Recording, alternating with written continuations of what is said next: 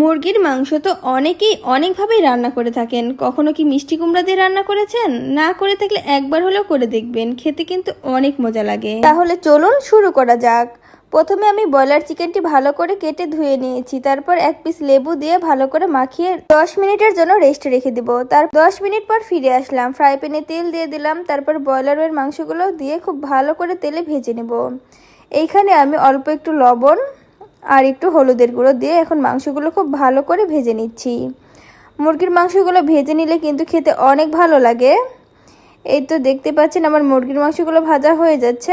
তারপর এখানে আমি আদা রসুন জিরা বাটা দিয়ে দিলাম, স্বাদ মতো লবণ, 1 চামচ হলুদের গুঁড়ো, 2 চামচ মরিচের গুঁড়ো আর পরিমাণ মতো গরম মশলা আর তেজপাতা দিয়ে খুব ভালো করে নেড়ে দিব।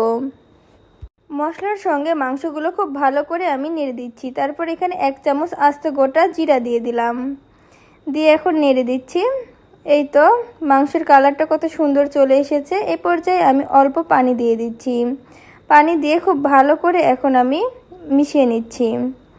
এখন আমি ঢাকনা দিয়ে ঢেকে কিছুক্ষণ এইভাবে রান্না করে নিব।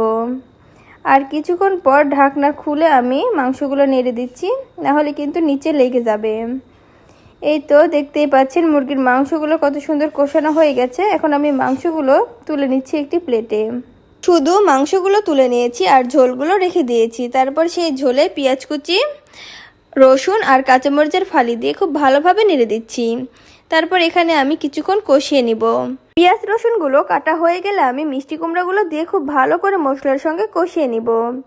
এই তো খুব ভালো করে সব উপকরণগুলো আমি মিশিয়ে নিচ্ছি। তারপর এখানে আমি সামান্য পানি দিয়ে দেব মিষ্টি কুমড়োগুলো ভালোভাবে কষানোর জন্য। এখন আমি ঢাকনা দিয়ে ঢেকে রাখবো।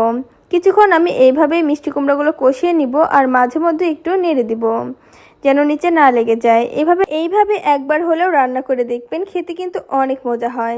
এই যে মিষ্টি কুমড়োগুলো খুব ভালো করে কষানো হয়ে গেছে, এখন আমি মুরগির মাংসগুলো দিয়ে দিব। মুরগির মাংসগুলো দিয়ে খুব ভালো করে আমি মিষ্টি কুমড়ার সঙ্গে নেড়ে দিচ্ছি। এভাবেই আমি 2 মিনিট মিষ্টি কুমড়া আর মুরগির মাংসগুলো খুব ভালো করে নেড়ে দিব। তারপর পরিমাণ মতো পানি দিয়ে দিব ঝোলের জন্য, দিয়ে নেড়ে দিচ্ছি। এই তো এখন আমি ঢাকনা দিয়ে ঢেকে দিব। এভাবে আমি 10 মিনিটের মতো রান্না করে নিব, তাহলে আমার রান্নাটা হয়ে যাবে। মিষ্টি কুমড়ায় অনেক উপকারিতা রয়েছে। চোখের স্বাস্থ্য উন্নতি করে, দেহের রোগ প্রতিরোধ ক্ষমতা বৃদ্ধি করে, ওজন কমাতেও সাহায্য করে, দেহের জ্বালা পোড়া সমস্যা দূর করে, হজম শক্তি বৃদ্ধি করে। এই তো এদিকে আমার রান্না প্রায় হয়ে এসেছে। এই পর্যায়ে আমি 2 চা চামচ ভাজা জিরা গুঁড়া দিয়ে দিলাম, দিয়ে খুব ভালো করে নেড়ে দিচ্ছি। দিয়ে এখন আমি ঢাকনা দিয়ে ঢেকে দিব। এই তো আমার রান্নাটি হয়ে গেছে। এখন আমি পরিবেশন করে আপনাদেরকে দেখাবো। আর আজকের এই ভিডিওটি যদি আপনাদের ভালো লেগে থাকে তাহলে অবশ্যই লাইক কমেন্ট শেয়ার করে দিবেন। আজকের মতো এখানেই বিদায় নিচ্ছি। দেখা হবে কোনো নতুন ভিডিওতে। সেই পর্যন্ত সবাই ভালো থাকবেন। আল্লাহ হাফেজ।